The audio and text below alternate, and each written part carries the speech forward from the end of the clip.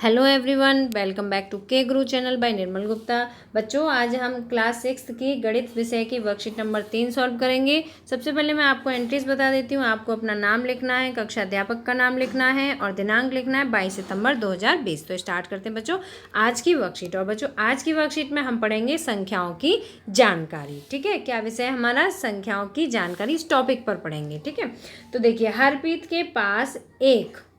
के पास कितना है? 1। रहीम के पास 2, रेखा के पास 3 और राखी के पास 4 कंचे हैं। ठीक है बच्चों, देखो मैंने यहाँ बताया हरप्रीत के पास कितने हैं? 1, रहीम के पास 2। आप यहाँ पर भी देख सकते हैं, हरप्रीत के पास 1 है, रहीम के पास 2 है, रेखा के पास 3 है और राखी के पास 4 कंचे हैं। तो कंचों की कुल संख्या बतानी है बच्चों। कुल जब पूछा जाता है तो हम क्या करते हैं? उस संख्याओं को जोड़ देते हैं। ठीक है, उन संख्याओं को जोड़ देते हैं। तो हमारी कुल संख्याएं कितनी आई बच्चों? देखो, हरप्रीत की 1 और रहीम की 2, रेखा की 3 और राखी की 4। हमने इन सभी को संख्या के रूप में मानकर जोड़ दिया तो हमारा आंसर कितना आया बच्चों? 10। तो कंचों की कुल संख्या कितनी हुई? 10 हुई। ठीक है, अब नेक्स्ट देखिए, जमा क्या है बच्चों? जमा क्या होता है? देखिए, इकट्ठा करना। ठीक है, इकट्ठा करना अगर किसी प्रश्न में आता है इकट्ठा करके बताइए तो उसका मतलब क्या है? जमा करना है। और जमा करने का मतलब क्या होता है? जोड़ना। ठीक है, एक साथ रखना, एक साथ करने का मतलब क्या है? जमा। और जमा हम कैसे बताते हैं? गणितीय भाषा में जोड़कर। ठीक है, कुल कितने, कुल का मतलब क्या हुआ? जमा। ठीक है बच्चों, तो ये आपको पहचान बताई गई है कि किस तरह से अगर प्रश्न में पूछा जाएगा तो आपको आंसर कैसे देना है? जोड़कर बताना है संख्याओं को।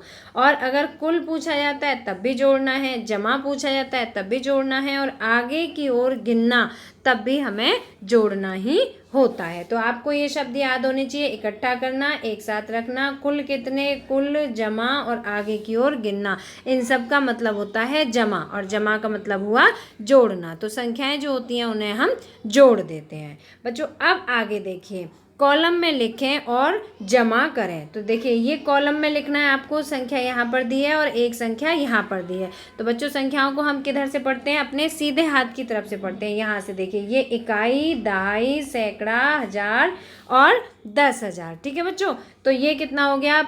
72,956। तो यहाँ पर ये लिखी हुई है 72,956, ये पहली संख्या लिखी है। और दूसरी संख्या है यहाँ पर 62,450। तो यहाँ पर ये लिखी हुई है 62,450। ठीक है बच्चों, तो हम इन दोनों संख्याओं को, ये कॉलम के रूप में लिखी हुई हैं। ठीक है, अब हम क्या करेंगे? इन दोनों को जमा करेंगे। जमा का मतलब क्या हुआ?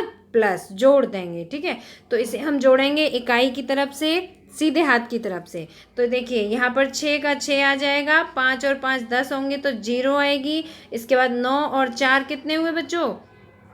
13 और यहाँ पर एक कैरी का 1 जुड़ जाएगा तो 14, 4 हो गए। फिर यहाँ पर 4 लिख देंगे। ठीक है, और यहाँ पर फिर से 1 आ जाएगा, हासिल जिसे बोलते हैं आप, या कैरी बोल सकते हो। ठीक है, फिर 2 और 2 4 और एक कैरी का जोड़ देंगे तो 5 आ जाएगा।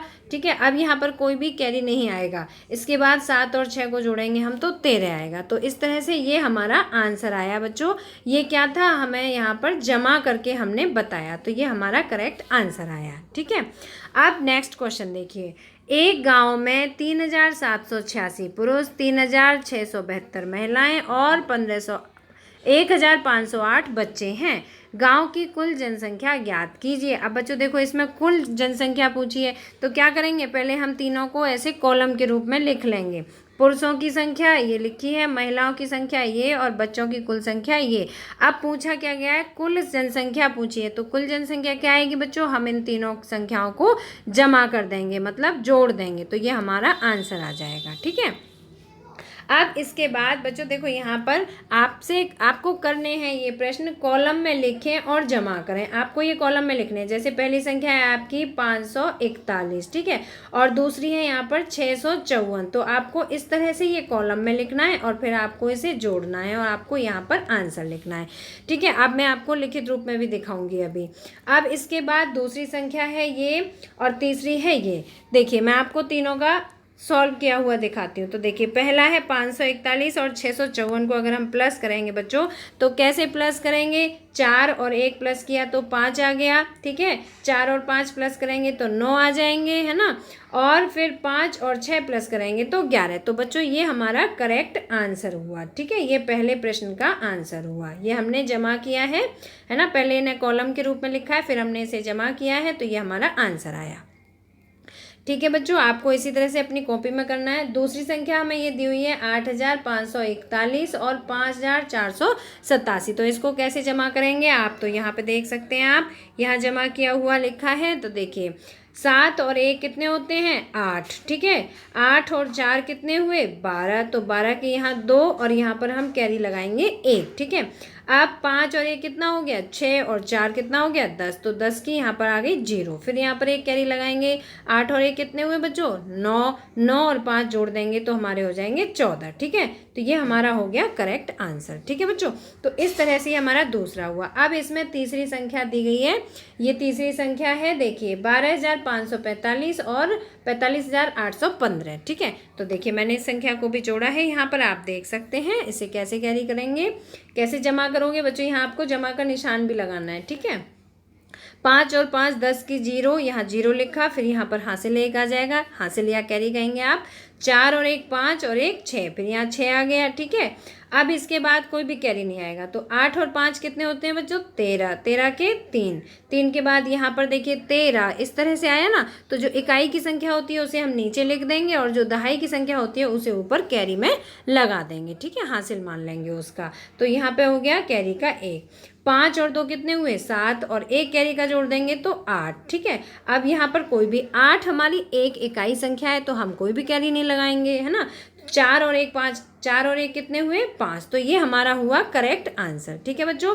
तो आपको इस तरह से करना है, ठीक है। और आपको जमा के निशान भी लगाने हैं, मैं यहाँ भूल गई हूँ, आपको ये जमा का निशान भी लगाना है, ठीक है बच्चों।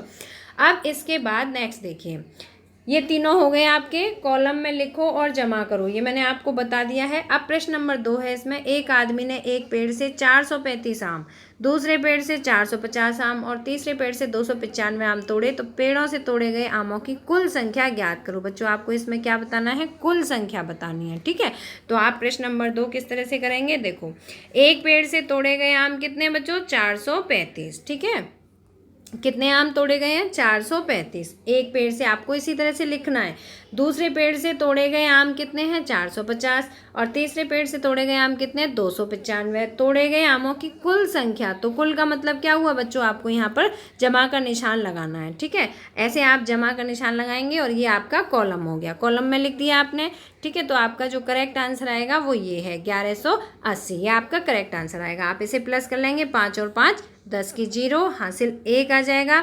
3 और 1 4, 4 और 5 कितने होते हैं बच्चों, 9 और 9 और 9 कितने हो गए, 18। तो 18 के 8, देखो 18 आप यहाँ पे लिख के देख लो, ये इकाई की संख्या है तो इसे हम नीचे लिख देंगे यहाँ पर, और ये दहाई की संख्या है तो इसे हम यहाँ पर कैरी लगा देंगे, ठीक है।